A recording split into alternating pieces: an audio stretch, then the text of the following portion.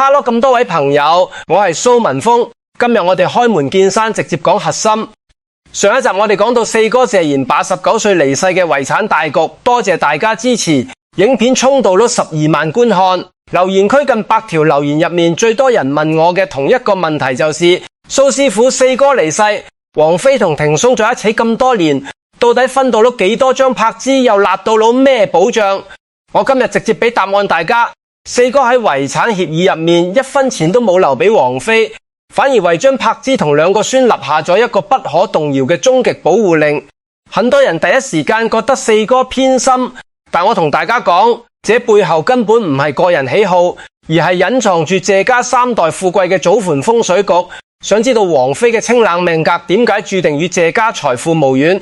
張柏芝又憑咩成為謝家風水局嘅最終受益者？即刻撳下面個 subscribe 掣，仲有拉開旁邊個小鈴鐺訂閱咗未？好，我哋即刻詳細拆解呢個香港豪門最精妙嘅玄學大局。講返大家最關心嘅問題，王菲分到咗幾多？答案好明確，1分錢都冇。消息傳出之後，唔少網民覺得奇怪。王菲同庭好復合咗10幾年，2個人感情咁好，四哥就算唔睇王菲都要睇庭面啦。點解1分錢都不扣王菲？但我同大家講，如果四哥真係留咗遺產俾王菲，那才叫大破風水。四哥做咗幾十年人，精明到極致，佢非常清楚喺玄學命理同家族風水嘅世界入面，王菲同張柏芝喺謝家呢個龐大嘅血脈陣法入面，扮演住完全截然不同嘅角色。一個係精神上嘅靈魂伴侶，另一個係血脈上嘅守家母婦。四哥1分錢不留給王菲，唔單止唔係針對王菲，反而係對王菲、對庭喪、對整個謝家風水局最高明嘅尊重與保護。到底王菲個面相同命格有咩秘密？點解佢注定拿唔到謝家嘅1分1毫？我哋下一章即刻詳細拆解王菲個命盤。我哋要明白點解王菲拿唔到遺產，第一步必須要睇懂王菲個命格同面相。我蘇文峰睇咗幾十年相，王菲個面相喺華語娛樂圈可以話係極其罕見嘅清冷天仙相。王菲1969年紀幼年出生，八字食神吐秀，個人氣場極度清高。我哋睇佢個面相特徵，第一，五骨高挺，鼻梁冠頂，但眼神清冷。王菲個額頭飽滿，容骨有肉包住，鼻胸直而挺，即係極度事業有成、天生天后嘅相。但你注意睇佢個眼神，佢個眼神永遠帶着一種遠離塵世、看破紅塵嘅清冷感。喺商學上，呢種眼神叫目大孤高，代表佢一生追求嘅係精神層面嘅超脫，對世俗嘅名利財產爭奪根本毫無興趣。第二，命帶華蓋清寡獨立。王菲個八字入面華蓋星極重，華蓋星代表藝術天賦爆棚、才華橫溢，但同時亦代表孤獨同清高。呢種命格嘅人自己本身就是一個巨大嘅財體，佢自己賺嘅錢這輩子都用唔完，佢根本勿需要，亦都不屑於去拿任何男人或者豪門遺產。咁喺玄學命理上，王菲同謝霆鋒嘅關係叫咩？叫合命合靈魂，但不合財富。霆鋒同王菲在一起係2個極度清高、極度獨立嘅靈魂，喺精神上嘅契合，佢哋係愛情，係靈魂伴侶。但如果四哥將謝家嘅祖業或者遺產留俾王菲，喺玄學上就會產生一個巨大嘅衝克，因為王菲個命格不帶承載謝家祖德嘅基因。王菲同庭唔會有共同嘅分生子女。喺血脈上，王菲與謝家嘅第3代 Lucas 同 Quintus 係未有玄學契約嘅。如果四哥把謝家嘅財富分一塊俾王菲，這喺風水學上叫財富外食，斷絕後續。這筆錢去咗王菲那度，既不能變成謝家第3代嘅養分，也不能留在謝家嘅血脈陣法入面，等於把謝家嘅祖德強行切斷了一塊。四哥係何等聰明嘅人，佢知道王菲根本唔缺錢，王菲要嘅係庭松嘅愛，唔係謝家嘅遺產。把錢留俾王菲，王菲覺得係負擔，不留俾王菲，反而讓王菲同庭鋒嘅感情保持最純粹嘅精神狀態，不染半點銅臭味。這就叫做名歸名，利歸利，愛歸愛。四哥把愛留俾王菲，把財留俾孫仔，把權留俾張柏芝，呢種精妙嘅分割才叫真正嘅玄學大師手筆。咁張柏芝到底拿到了咩？四哥為佢立下嘅終極保護令到底係咩？這就涉及到咗謝家3代富貴嘅祖傳風水局。喺我揭秘張柏芝個終極保護令同謝家祖傳風水之前，我好想先問下熒幕前面嘅咁多位朋友，如果換作係你，面對前妻生咗2個孫同現任靈魂伴侶，你會把遺產留俾邊個？你覺得四哥一分錢不留給王菲全部保護張柏芝母子，係咪最明智嘅玄學決定？即刻喺下面評論區留低你嘅睇法，我蘇文峰每一條留言都會睇，等陣睇下邊位朋友嘅玄學眼光最獨到。好，留言過後，我哋繼續拆解呢個天道風水局最震撼嘅祖墳風水部分。咩叫張柏芝嘅終極保護令？傳聞入面，四哥立下嘅遺產信託條款極度嚴密，遺產全數放入信託基金。2個孫未成年之前，張柏芝作為唯一法定監護人，每個月可以從基金入面支取巨額嘅生活費、教育費同房屋養護費，直到2個孫完全成年，甚至結婚立業。即意味着咩？即意味着張柏芝雖然同庭松離婚，但佢喺謝家嘅財務地位同家族地位被四哥用法律同信託形式永久性地鎖死咗。只要2個孫喺張柏芝身邊，張柏芝一輩子就擁有咗謝家財富嘅絕對使用權同保護權，即係就叫終極保護令。咁點解四哥要咁做？即係就不得不提到謝家3代富貴嘅祖墳風水局。我蘇文峰研究過香港各大豪門嘅陰宅同家族風水，這一由四哥即超一那一代開始。祖籍廣東番禺謝家嘅祖墳風水係典型嘅水聚天心順流延顏局。呢種祖墳風水有個特點，第一代四哥開山立派名震四方，第2代庭聲稱勝於藍財富大開。但呢種風水最怕嘅係咩？最怕中途斷流。喺風水學入面，家族嘅陰德同祖雲氣場係靠血脈直系嚟傳遞嘅。謝霆鋒雖然財運爆棚，但他忙於事業，性格孤高，佢個財富係散嘅，係流動嘅。如果沒有一個穩固嘅容器去接收四哥傳落嚟嘅祖德，謝家到咗第3代氣場就會開始衰退。而張柏芝正正就是呢個最完美嘅風水容器。張柏芝生咗 Lucas 同 Quintus， 即係2個小朋友身上流住100%謝家嘅血脈，佢哋係謝家祖墳風水氣場嘅接收端。張柏芝個面相，我上一集就講過，佢個子女宮站飽滿，下巴圓潤，這喺商學上叫厚德載物，旺子保財。四哥把財產封傳俾2個孫，由張柏芝監護，等於將謝家3代嘅祖墳風水氣場通過張柏芝呢個母性磁場穩穩地接住咗。只要張柏芝守住2個孫，謝家嘅祖德就唔會散，謝家嘅第3代就會喺強大嘅財富同陰德保護下順利成長。即係唔單止保護咗張柏芝母子，更是四哥為謝家延續100年富貴所做嘅最終極風水佈局。講到呢度，大家終於明白四哥呢個天道風水局嘅全貌啦吧？我哋回看謝霆鋒呢一生，很多人覺得佢嘅感情世界好複雜，喺張柏芝同王菲之間糾纏咗半輩子。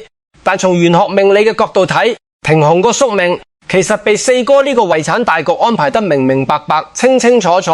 霆勝個命格金水雙生，傲骨天成，佢把最純粹、最不染塵埃嘅愛情同精神寄託留俾咗王菲。佢同王菲不用結婚，不用涉及財產分配，2個人單自語，享受咗最高境界嘅靈魂陪伴。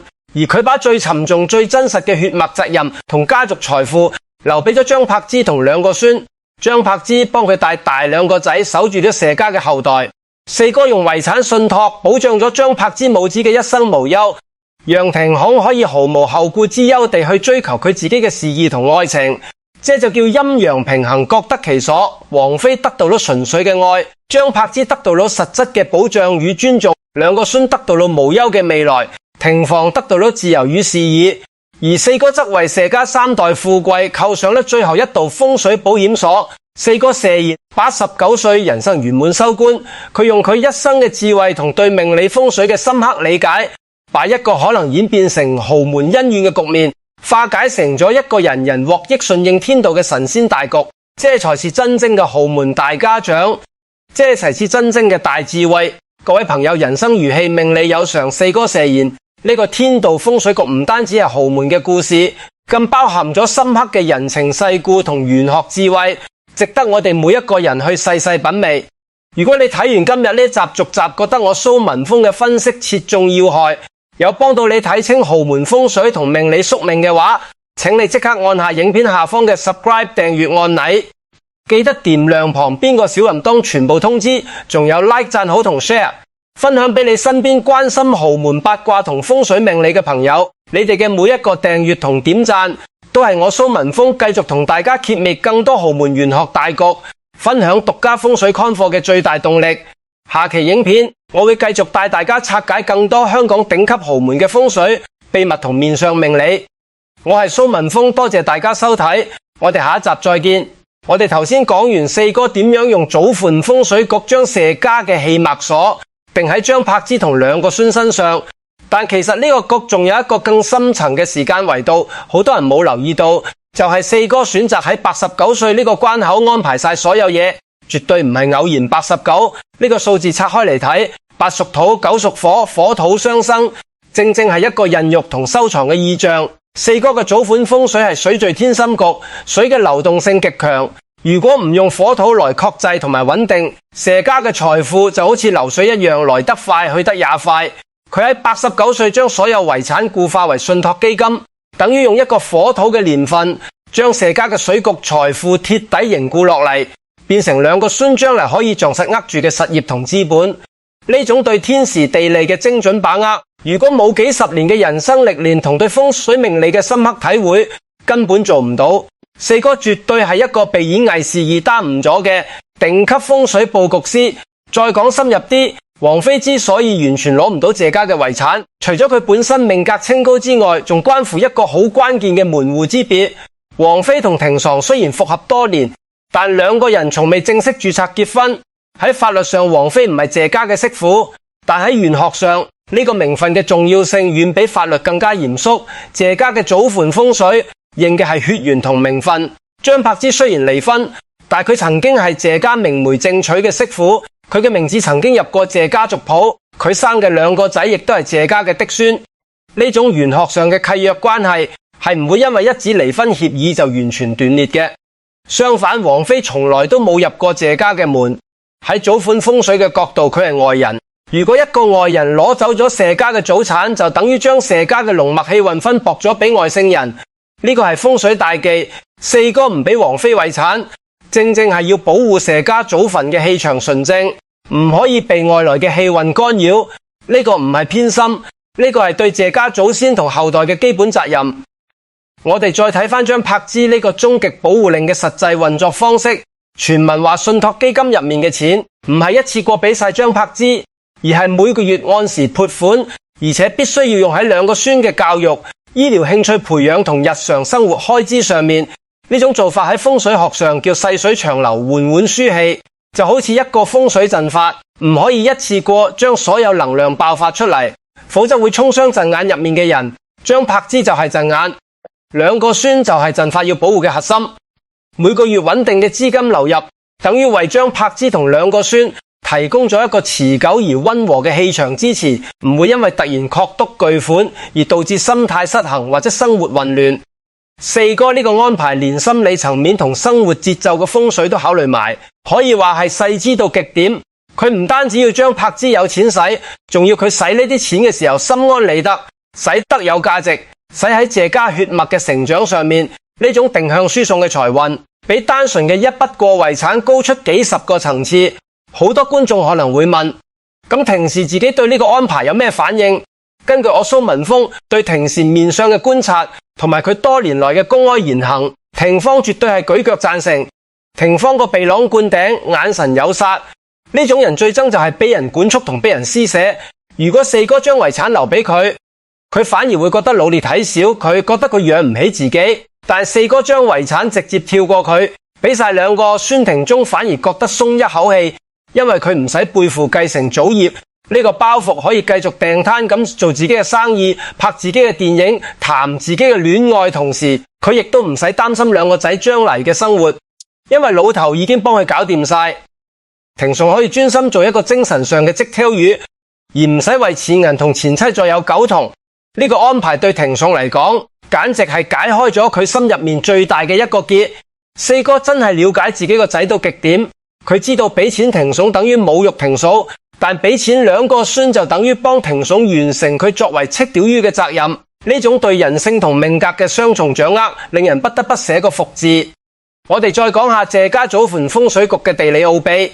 謝家祖墳喺番禺嗰度屬於珠江濕修溝嘅水網地帶，水為財，但水亦主桃花同變動。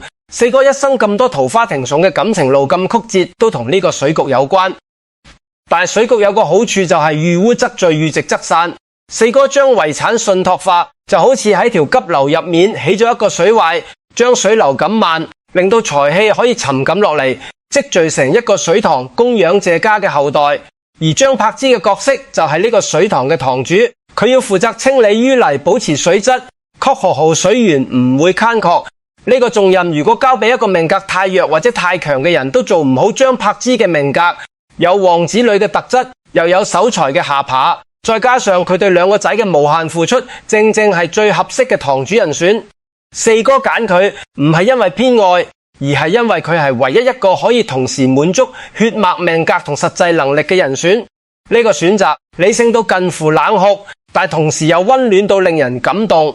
講到呢度，我不得不提一個好關鍵嘅人物，就係四哥嘅積超魚謝家嘅祖墳風水，其實係由四哥積超魚嗰代開始奠定嘅。四哥積超也謝仲文，當年係香港嘅商人，亦都係一位粵劇發燒友。佢為謝家選擇嘅祖墳位置，據說係經過高人指點，取其前有照，後有靠，左右有抱嘅格局。四哥一生順遂，晚年得享高壽，同呢個祖墳風水有莫大關係。而四哥而家將遺產留俾兩個孫，等於將佢積超於傳落嚟嘅福氣再往下傳多一代。呢個就係中國傳統家族觀念入面最核心嘅慎終追遠同世代傳承。四哥唔單止繼承咗祖墳嘅風水，仲用自己嘅智慧將佢強化同升級，變成一個可以抵受現代社會複雜變數嘅信託基金。佢將古老嘅風水智慧同現代嘅法律制度完美極行，創造出一個跨時代嘅傳承模式。呢種創新絕對值得所有豪門家族借鏡。我蘇文峰成日同人講，睇風水唔可以淨係睇間屋或者睇個墓，要睇埋個人嘅命格同埋時代嘅變遷。